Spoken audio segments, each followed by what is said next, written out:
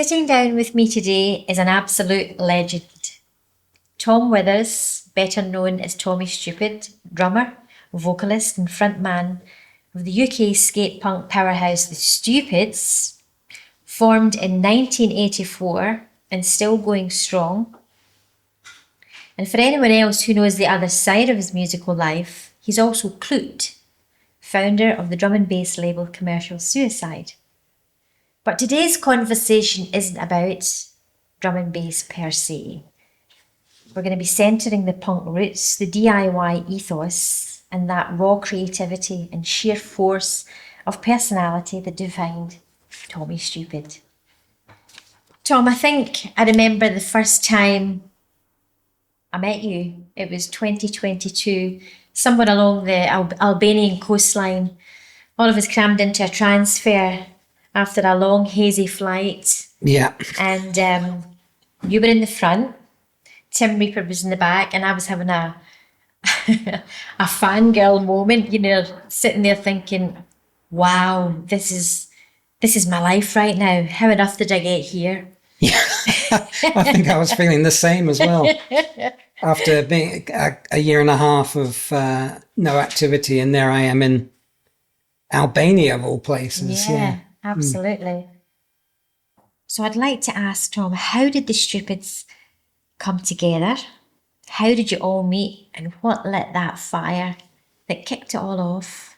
Well, the Stupids actually got together on the back of, there was a reader's letter section in a magazine called Punk Lives, which was this kind of cheesy, probably IPC publishing, glossy magazine that came out around, I don't know, early to mid 80s, something you get at WH Smith. And there was a reader's letter in the back from this guy, this kid called Wolfie, who said, I'm looking to form a band with like-minded people in my town, Ipswich, into the Ramones and Dead Kennedys, and etc., Black Flag, etc.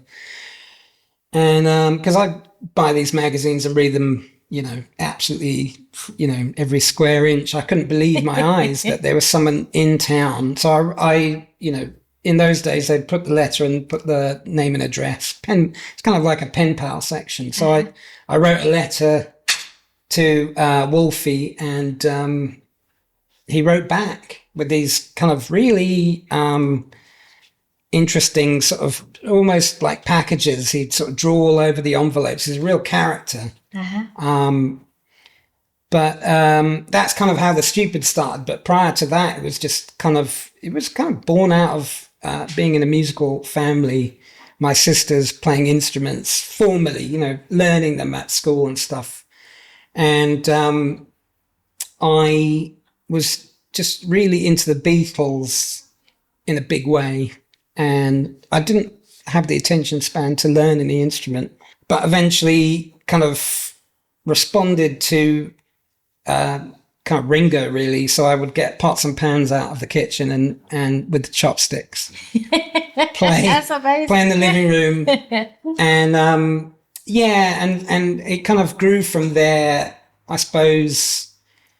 When my sisters started bringing home Nevermind the Bollocks and the Stranglers, I caught wind of this kind of outrageous and kind of spirited music, I guess.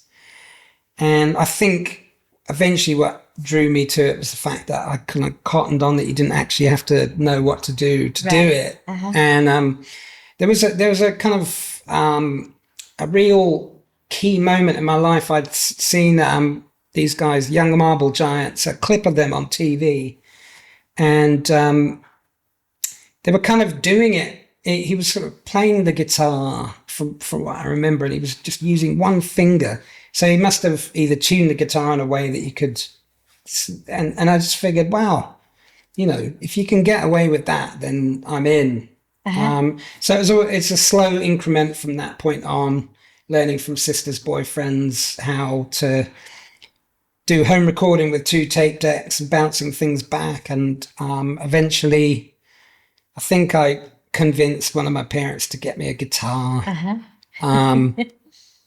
After hearing about how, you'll only break it. You know. But I got a K guitar.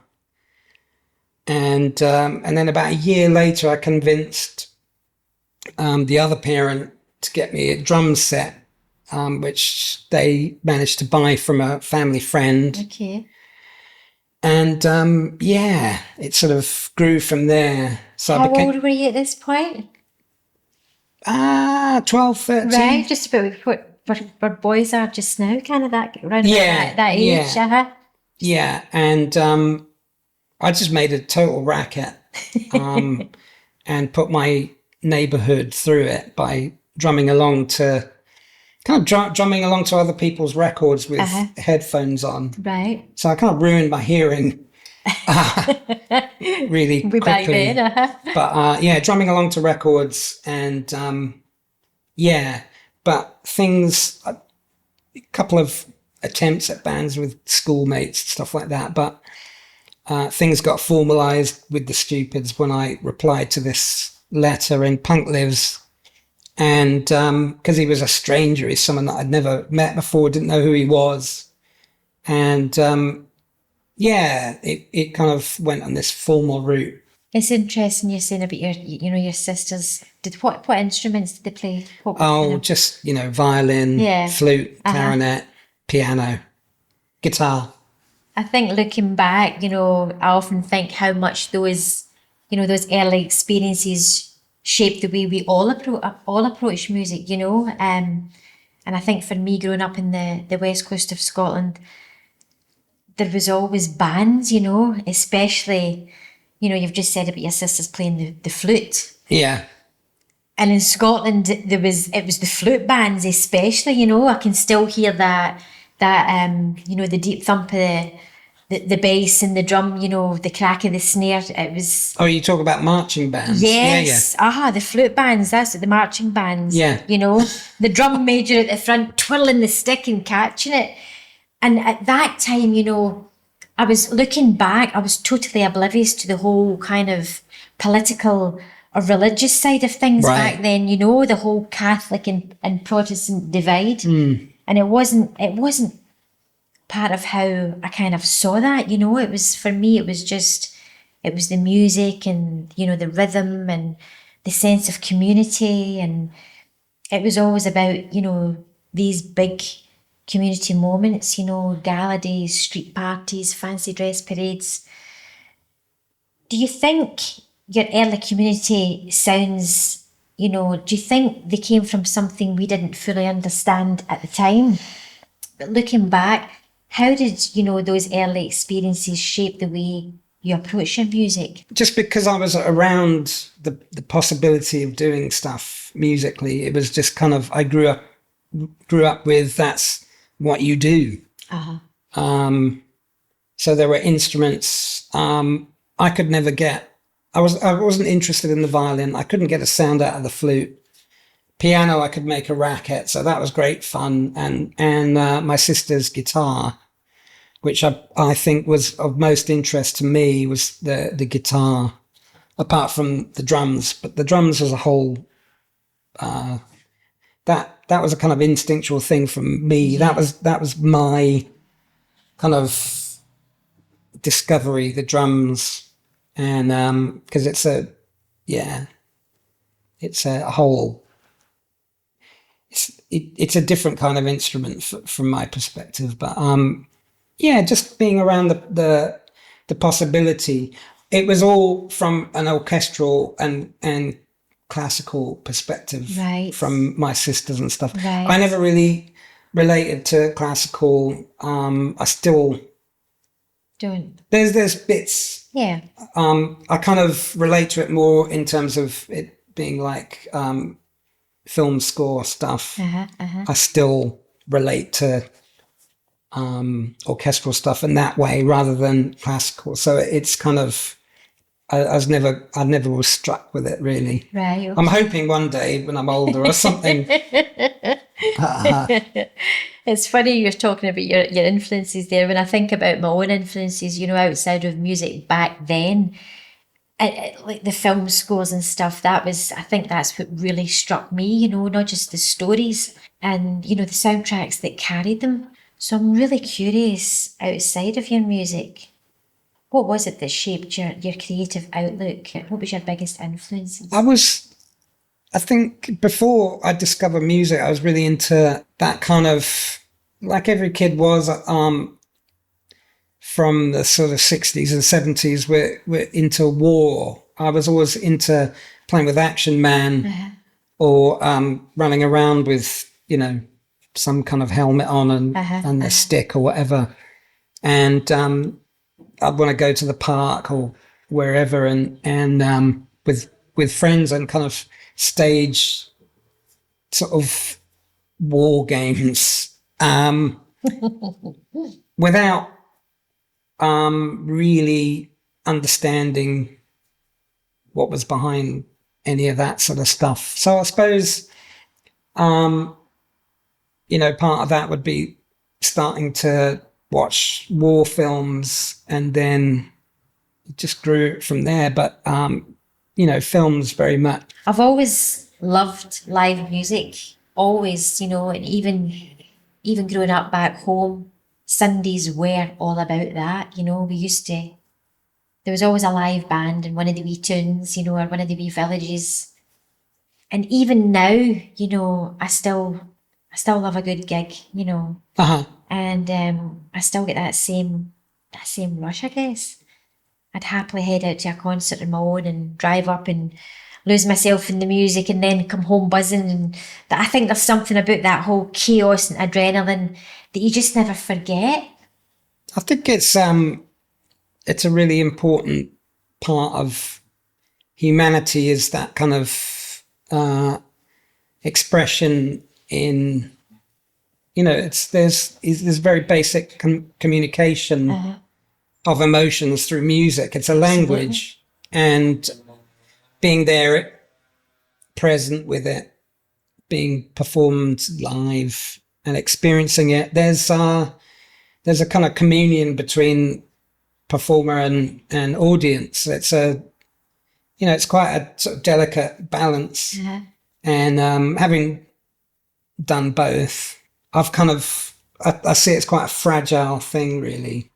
There's a lot of kind of gratuitous performance stuff where there's an assumed relationship, but it's not very often where there's, well, it's often, but it's not always the case that there's a perfect kind of communion, but when there's a kind of true connection with the performer and the audience. Right. When there's, you know, because the audience gives back to the performer. Absolutely. Whatever you're putting out, isn't it? It's the energy, isn't it? Yeah.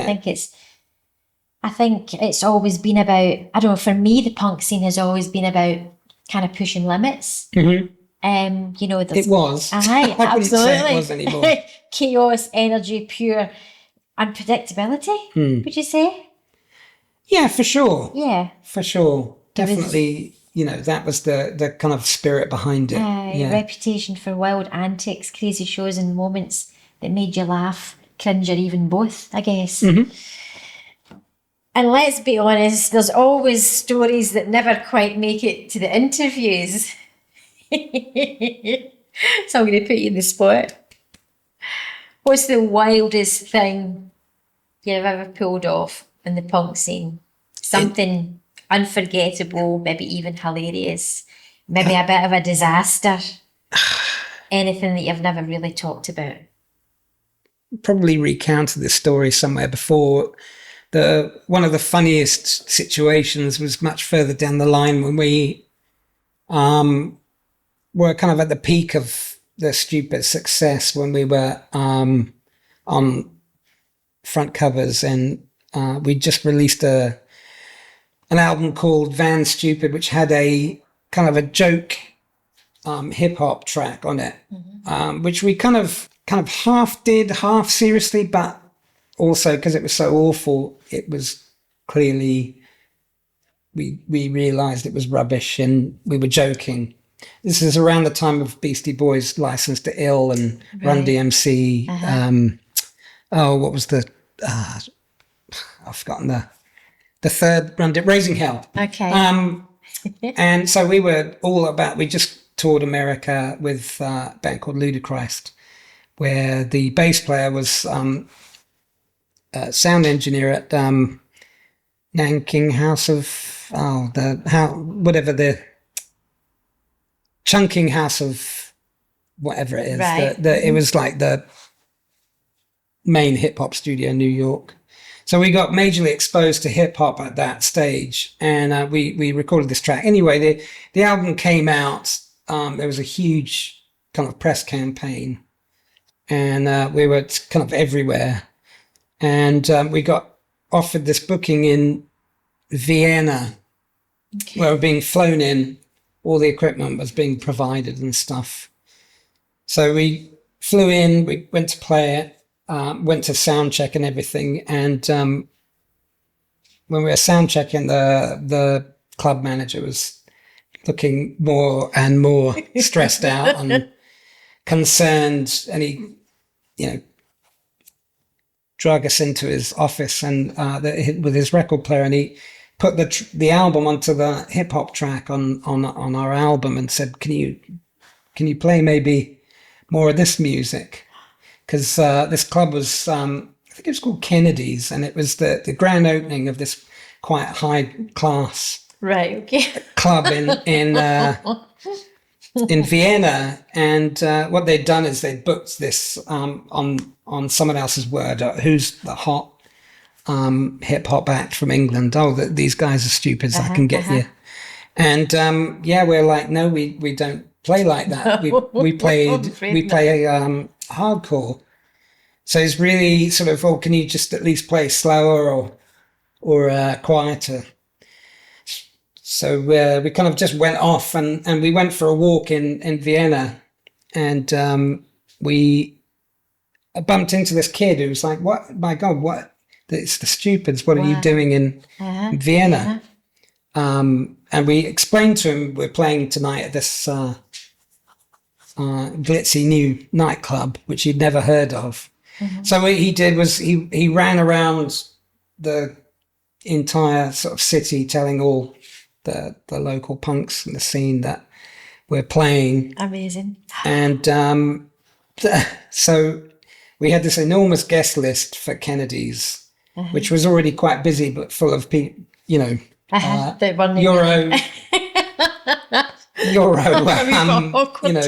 leather and white jeans and stuff like that. Goodness.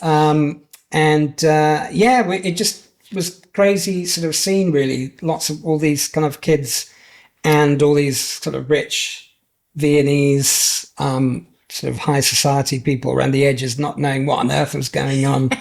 So it ended up being really good, but it brilliant, was, so every cloud had a silver lining kind of thing with the wee guy. What's your favourite part about performing live? None of it. Really? Really? What keeps you coming back to the stage? There's a lot of anticipation with playing live. There's lots of fears and stage fright and stuff like that, which I don't get too bad. It's turned into a real thrill. It's a real buzz. But the biggest elation is when it's all over, when I realise I've done it again. I've fooled them again. I've got away with it. That's incredible, because you just, it's listening to you actually saying that, it's just like to imagine that, that there's nerves and anything behind, the Tommy Stupid persona. It's just like, it's interesting. So what should someone expect coming to a Stupid gig? What kind of energy and chaos are people walking into?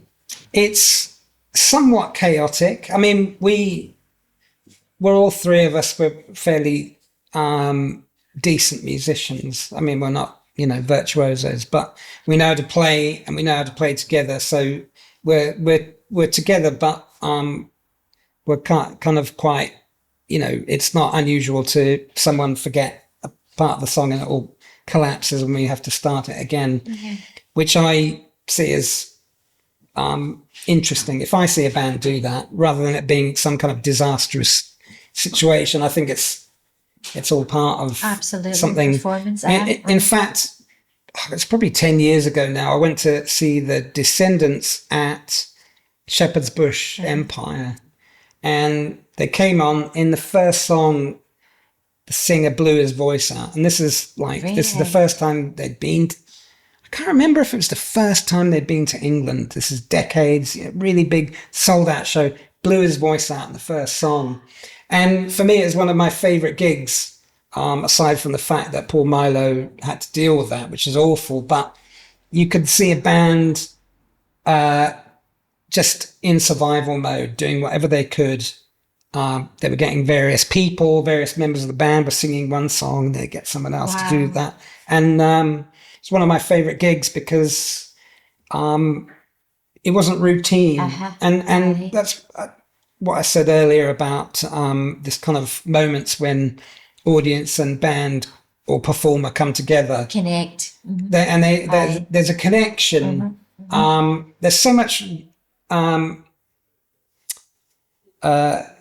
that's taken for granted in music, like concerts. I think a lot of the time bands expect themselves to be perfect. Maybe the audience wants them to sound just like the record does. For me, I want to see something human. I want to see, even if someone's clearly not having a good time, I want to see some kind of spiritual or spirit, not spiritual, but spirit, some kind of humanity. I totally get it. I get it totally. And I think it's part of this why I'm doing this podcast as well. I don't want to edit out the pauses or the silences because I think that's like what you say, that's what makes it human. That's it. That's what makes it human. The essence of live performance, being physically in the music with instruments and people. It feels completely different from sitting behind a keyboard inside a DAW or behind a set of decks. And I think when I'm working on music, I still find myself craving that physical connection. I think we spoke about this earlier, I know you said the whole drum programming thing is no really, it's different from playing it, but I much would rather sit behind a drum kit and have a full band in the studio, because I just think, but it's a different world, isn't it? We're going from digital to, live performance. But I just think some things need to be played, not programmed. I relate to playing live as a series of solving puzzles. So for drumming and making it all the way through without making a mistake, because drumming is a series of patterns, everything's symmetrical, it's divisible. The song arranging and then doing everything in a coordinated way. That's what it is to me. And it's the same with DJing, doing it's all arithmetic, basically. Absolutely. Simple arithmetic. I was never good at arithmetic. I was never much good at arithmetic and maths. So that I'd like to just kind of, you took the name Klute from the 1971 film with Jane Fonda and Donald Sutherland. I've only just found that out. And I haven't actually had a chance to sit down and watch it yet. So... It's a dark film. I was going to ask you. I know enough to understand the dynamic though. So Jane Fonda, it's all about emotion and chaos with her. Is that right? And John Klute is the quiet, steady, gentle presence. Is that right? No, kind of nerdy. Right, okay. It's a romance. Where did the name come from? Well, Klute was, to be kind of blunt, came from when I started working with Certificate 18, Paul Arnold. He's like, I'd like to have my own name to put stuff out on Certificate 18 that you don't use elsewhere. And I had been doing stuff on other labels and kind of doing releases with a different name each time, because that was kind of how you did things around 93, '94. It was all about aliases and stuff, and kind of hiding who you were. So I had various names like Dr. No, who was the guitar player, and the Bad Brains. What were the other ones? Super Touch, which is a Bad Brains song. And then there was Tom and Tom, because Tom from Red Eye, we that was a collaboration. And then when Paul asked me for a name for his label, I guess I thought about it a bit more and liked the way the kind of the way it sounded, and the kind of the kind of spy / secret, what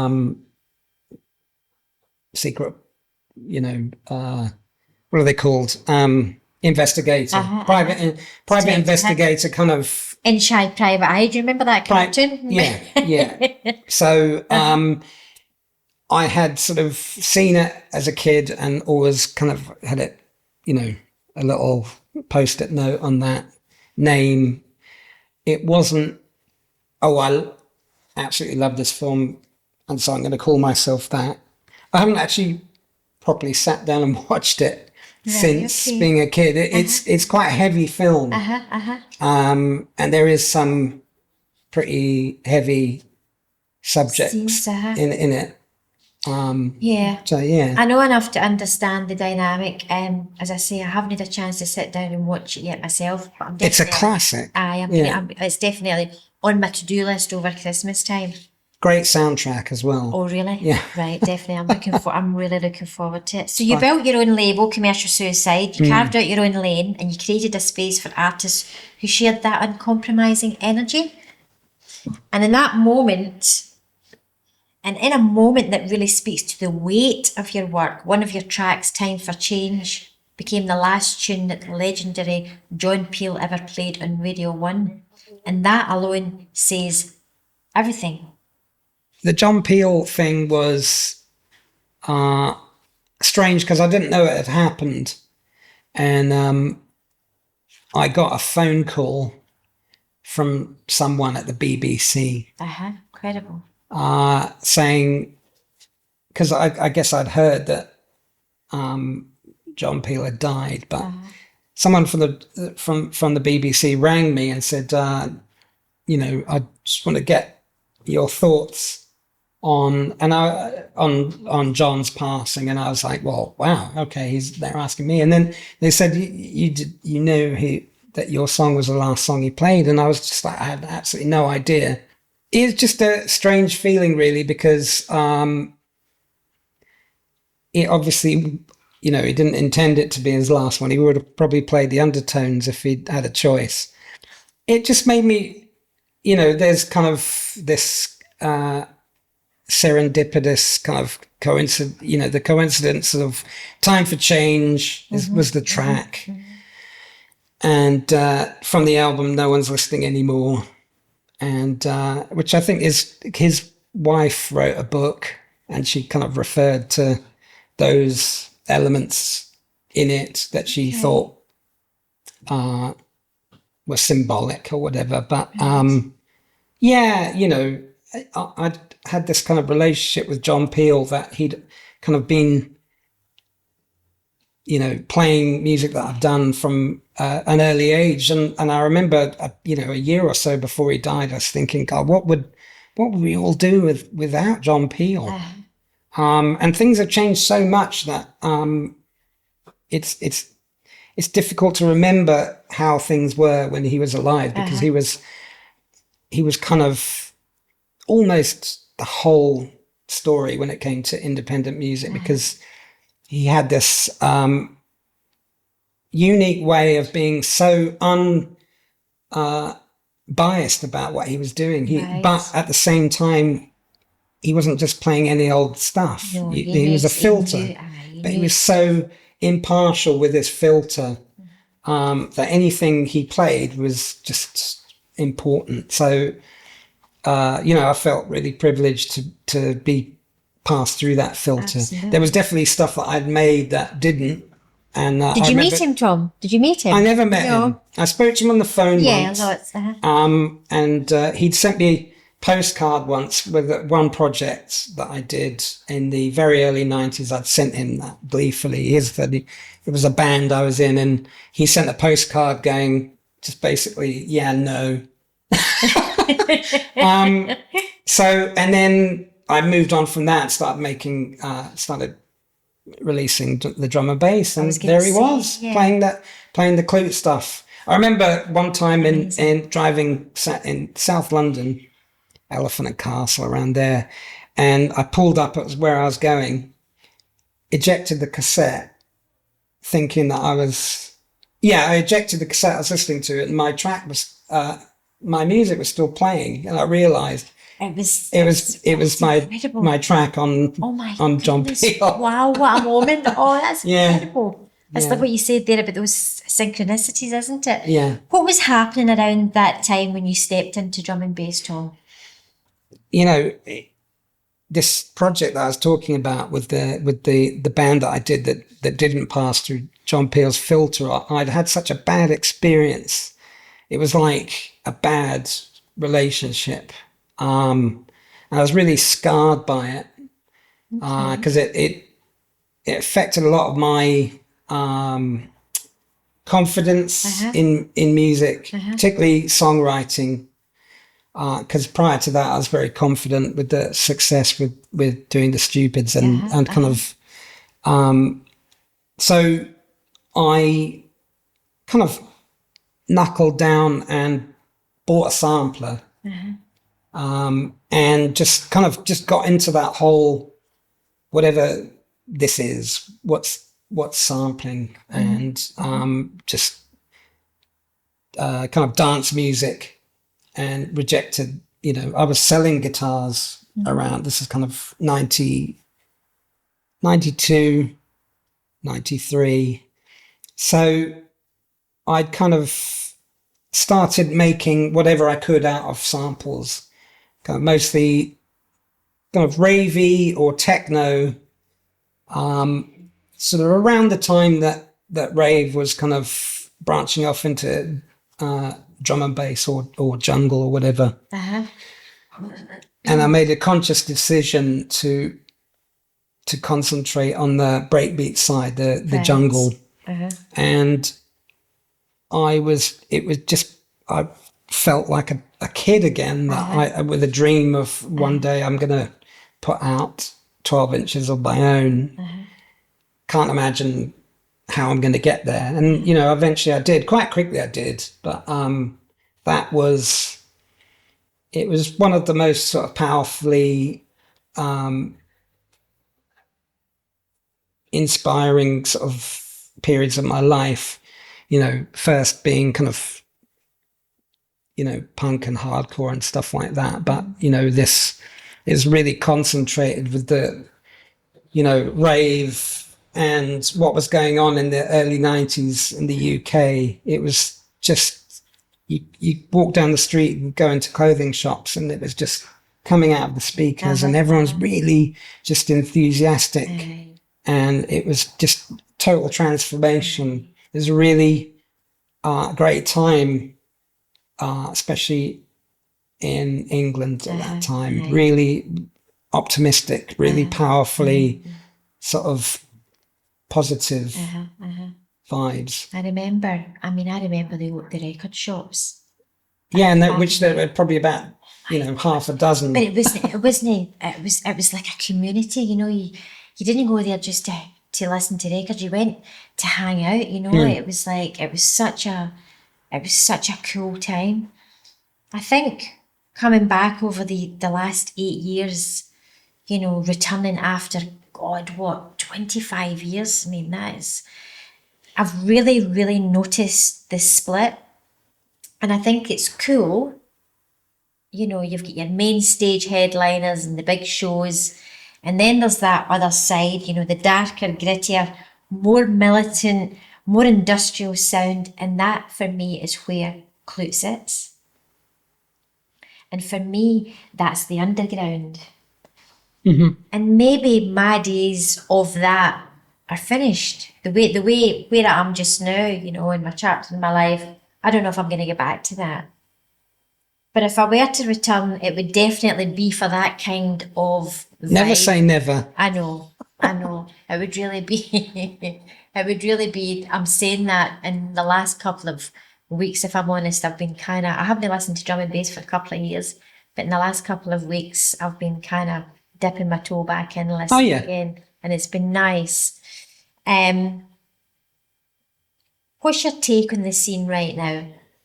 Oh, I think that's a take on the scene right now. I think that's a very difficult. It's in the past it's been really easy to answer that, but I think at the moment it's very difficult to have a take on the scene because it is enormous and there's all kinds of different heads to the beast of the scene. It's enormously popular at the moment. It's more popular than it's probably ever been in terms of its commercial success. Everywhere you go, it's normal now. It's conventional music. You hear it on the TV, on commercials and stuff. It's very domesticated, and I come from it from the perspective of it wasn't in any way elitist, but it was kind of like we're doing this because we're this way. That's right. And we're not going to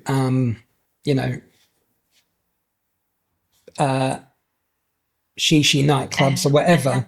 And so I think in some respects there's certain parts of drum and bass that are really underground now because of it's so overshadowed by the multitude of levels of successful drum and bass, which there are on every level, whether it's pop stars to jump up. There's so many different levels to it that some of it feels more underground possibly than it's ever been. Right. And I like that. I like the anonymity in that, but at the same time, it's disorientating because people don't know where it's at. They have this kind of these benchmarks of other people's success that they feel that they have to match or contend with, whether it's profiles on social media, activity, providing content and stuff like that. When it boils down to it, it's about making music. That's right. So that's right. And I think I like the way you've said that. There's this. It's kind of like that rebellious, that determination to keep it underground. I think we're living inside this cultural trend. Definitely in music and performance, where some artists are they present really curated, these exaggerated, it's part art, part marketing. That's what I'm noticing. It's all about marketing now. There's so much pressure to be constantly visible, That's it. And that's where I feel that things can get tiring, is the fact that there's this kind of presumption that you've got to be on all the time and people are going to be consuming you the whole time, and that's just on all the time. And there's night and day, so there's going to be swings and roundabouts. Sure. I think that's part of nature, but the internet requires data to feed the algorithm, isn't it? The whole algorithm thing. Yes, absolutely. Measuring engagement, not essence, I would say. And real music, it doesn't live by that logic. It doesn't. All about the underground. There's so much pop that I like. I appreciate it, but I like surprises in life and algorithms and spreadsheets are strike me that someone's trying to predict the future and organize things and have definition within it, and it takes away some of the element of surprise and chaos that satisfies my chaotic brain. So no, I get it completely. When I think back to being a kid, you know, my brother and me in that little kind of kitchen scene, my mum would buy us a 10p mix-up, you know, on a Monday. And my brother would have his demolished maybe in half an hour. But me, my brother was a wee whirlwind spinning at the time, and, you know, but me, I was the complete opposite. I was quite docile, slow, careful, quite thoughtful, savouring one sweet at a time. And I'd still be nibbling mine on a Thursday or a Friday. So I guess it kind of describes and says a lot about us, you know, as kids. Him all fire and impulse, me thoughtful and deliberate. So I wanted to ask you, Tom, what kind of kid were you? Definitely one that would have eaten the sweets within 15 minutes. Right, okay. Yeah, I was a chaos kid, really. When I was walking, there's a couple of occasions where when I was really young, we lived in America, and there were a couple of occasions where I'd walked off and they couldn't find me, and a neighbour would go, "Here's your kid back." Really? So I kind of, that's something my mum says, I always had a kind of wandering spirit. I think growing up, there was always music around me, you know, it was in the air, and there was and there still is, you know, a strong cultural thread in Scotland. I don't know if your partner maybe feels this as well, about no showing off. Yeah. You know? Oh, for sure. It was... Yeah, I mean, that's I guess that's comes down to that authenticity thing again. Is no showing off. Definitely, that's, I mean, to a fault with me. In fact, that it's more the kind of the side that I see as childlike in me, is that I'm so ridiculously against showing off. Absolutely. That it works against, because it's what I do is, you know, creating stuff, unless you truly do it for yourself and show it to no one, the first thing you're going to do is show it to someone to see if they think it's any good or not. That's right. And that's already showing off in my mind. No, you're right. So I have a bit of a chip on my shoulder about that kind of stuff. Especially just like what you said, you know, the whole performing arts could be seen as getting above your station kind of thing, you know, and parents often valued humility and hard work over self-expression. That was so true, you know. So while they might sing and jive at the weekends, I remember watching my aunts and my grandmother jiving on a Sunday. Oh, yeah. You know, and sing at Hogmanay. They didn't necessarily think of it as a career path back then. Or something to encourage in their kids. It certainly was like that in my home, you know. Yeah. And I think in the 80s in the West Coast, much like Scotland, you know, it was going through that whole industrial decline, you know, the shipyards closing, unemployment rising, families wanted security for their children. So pursuing music or art, looking back now, didn't seem realistic. You know, in the 80s, they wanted you to get a trade, something solid. They'd sing and dance their hearts out at the weekend and clock in on a Monday, you know? Yeah. Oh, I mean, it still echoes in my brain, the teachers telling me we all have our dreams. Aye.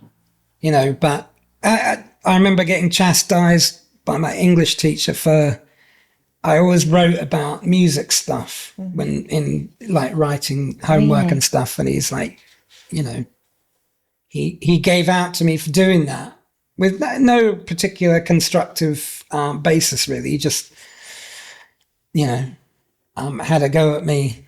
And, with that came We All Have Our Dreams. And that's, to me, looking back on it, is a sort of these are crushing words to say to young people. Absolutely. Looking back, I remember two country girls landing in this big city, come for the rural. And I remember there was one place, I think it was the Orange Club in Holloway Road, and I remember walking in with my sister. I'd be about 18, she was about 21, a couple of years older than me. And I remember seeing this couple dancing to, I think it must have been still Acid Warehouse then, but it was the drums and we just looked at each other, and we just knew that we had landed. This was it, we had arrived. So I wanted to ask you, was there a moment when it clicked for you, and you thought, yes, that this is it, that this is who I am? I don't think I arrived at feeling, oh, this is who I am, until much later. So that definitely passed me by with the punk rock thing, because I didn't fit in with that, except with the kind of American hardcore stuff, because American hardcore was much more kind of suburban based. It was about kind of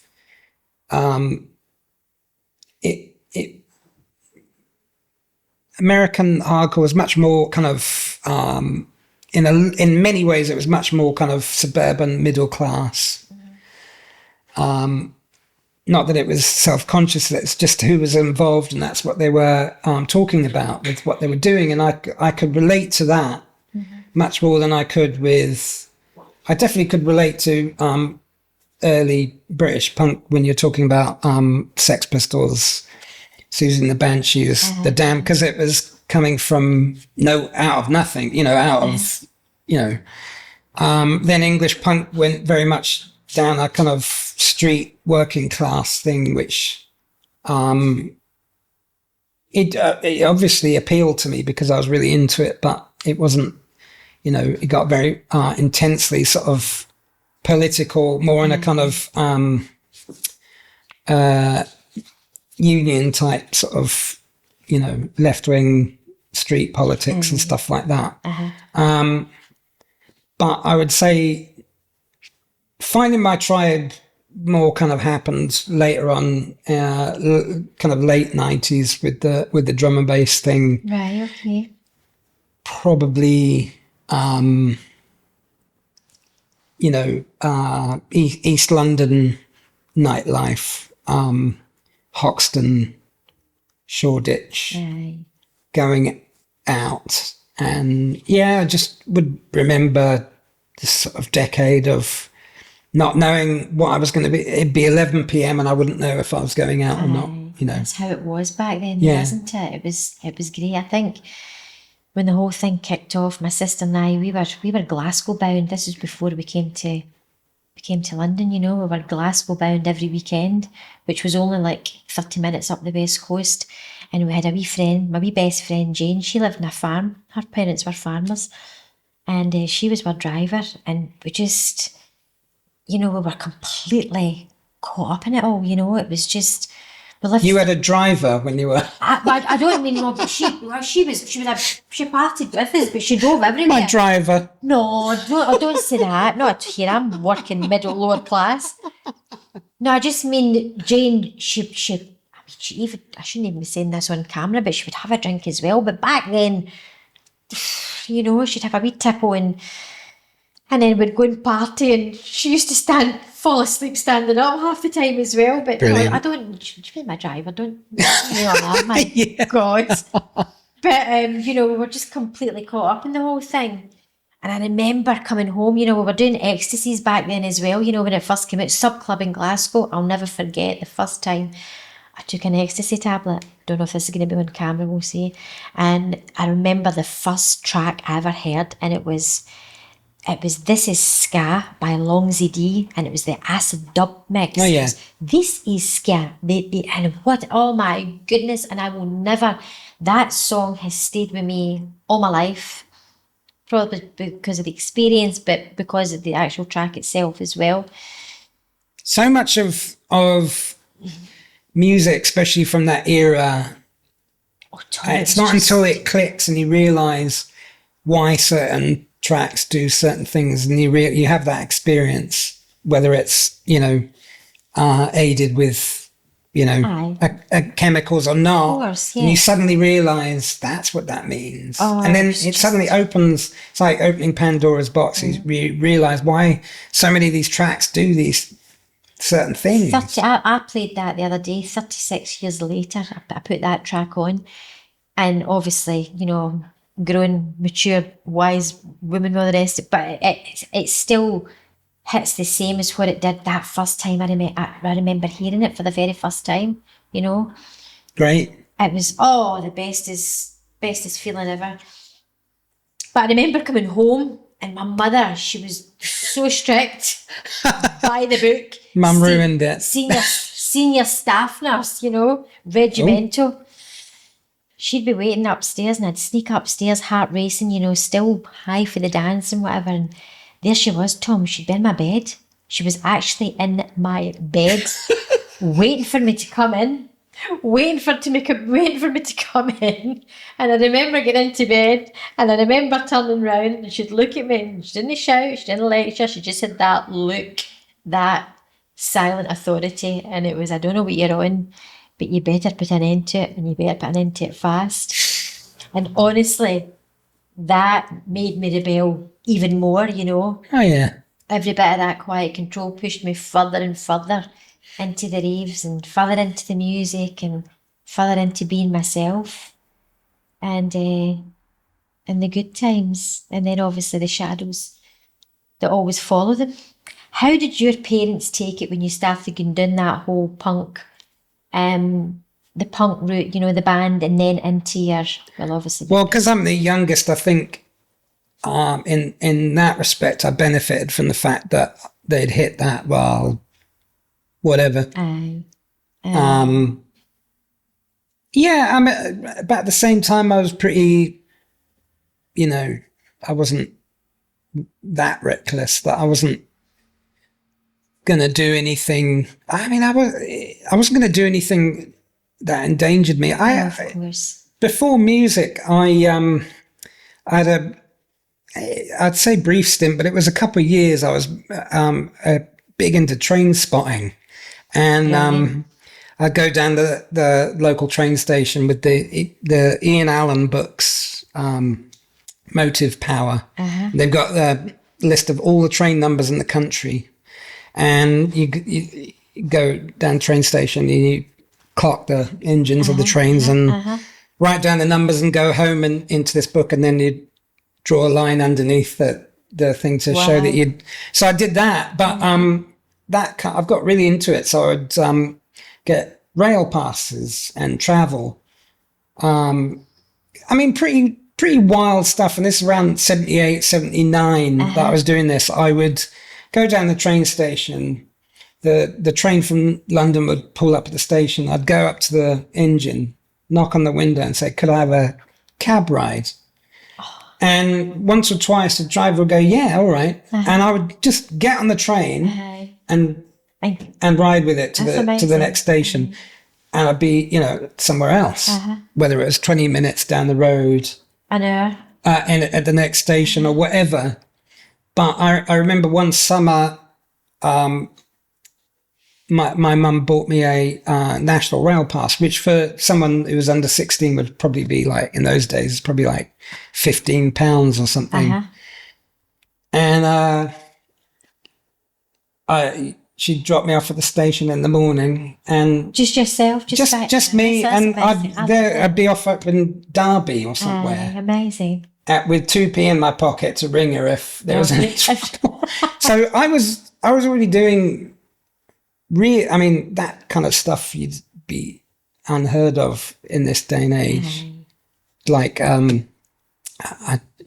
someone who is 10 years old traveling on the trains across the country by himself. So yeah, I did all my outrageous stuff as a train spotter. Was your name? Yeah. So the music thing is nothing. I think they would have been happier if I was just smoking weed and Is your son like that? Is he? I mean, No. I mean, they no. got He's sick. definitely independent, but he's much more of a homebody. Right. See, my wee Jake's like that too. But we've got a much. It's not. There's not that kind of generation gap. Aye.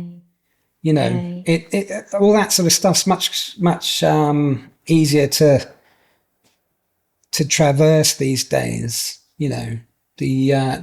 But my parents, it was like from a completely different generation. Totally. Of course, aye.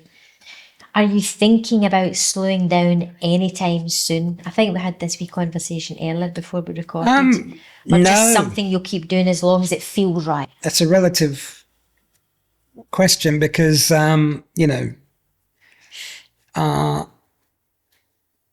if you're talking about attacking social media, I mean that my interest in social media might sort of turn on a dime and then suddenly I've got an idea for something, but I just don't care about content, that kind of content.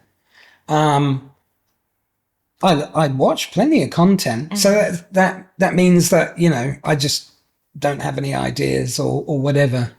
But in terms of slowing down as to who I am or the sense of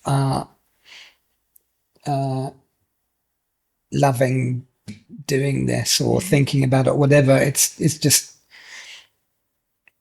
no, because it's just part of me. That's right. I wallow in it. I'm sit in the studios most Most days.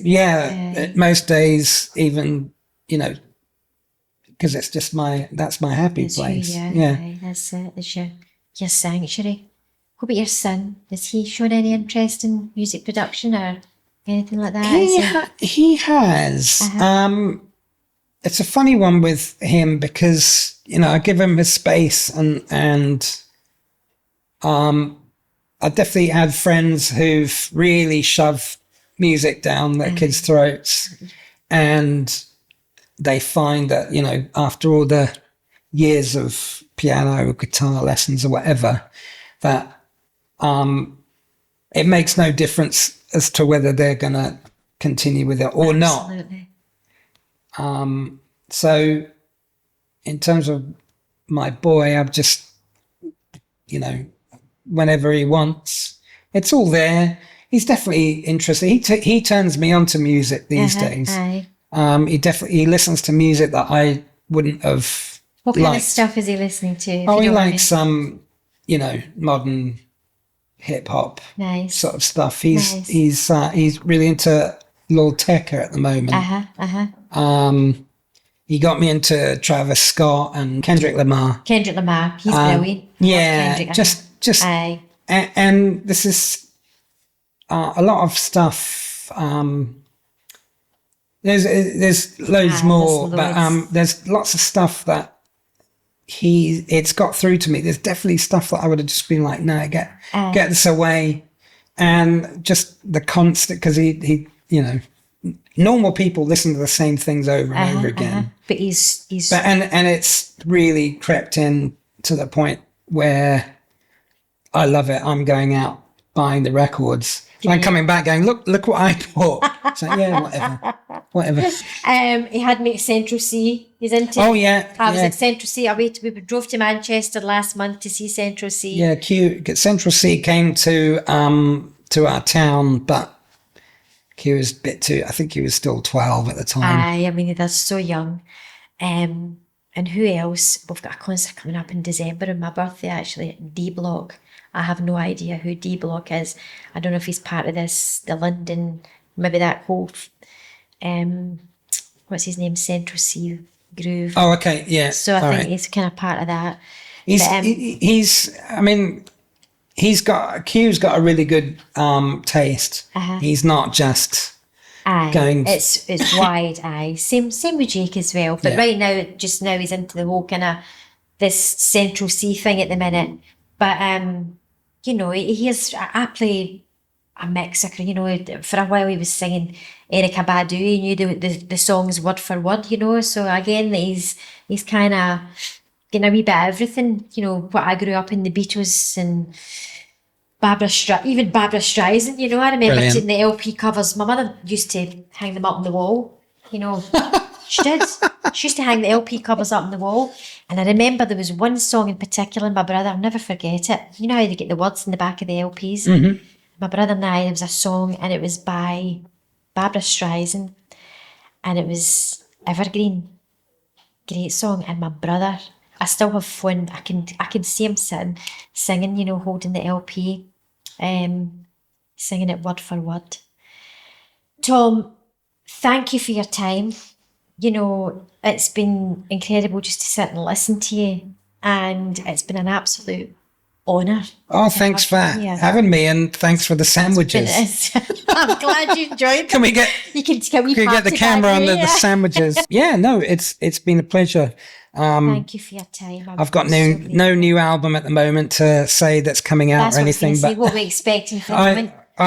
I'm focusing on myself at the moment, and I've got a bunch of music that I've got to make sense of. I mean, you know, 3-4 albums worth of stuff. None of it's drum and bass at the moment. But I kind of getting that sort of itch back to make drum and bass. I've done a couple of remixes recently, kind of more out of my interest, wanting to do things. Just want to make music interesting again for myself, as opposed to it being a kind of for anyone else, but for you, or a sort of you know, a business type thing. To do it, because this is the word. Just making it for the love of it. It's all about bringing it back to that's it. Back to basics for me. Absolutely. I'll be keeping an eye on things because I'm going to be coming along to hear you play. Absolutely. I'll make sure I tell you. Absolutely. Keep me up to date.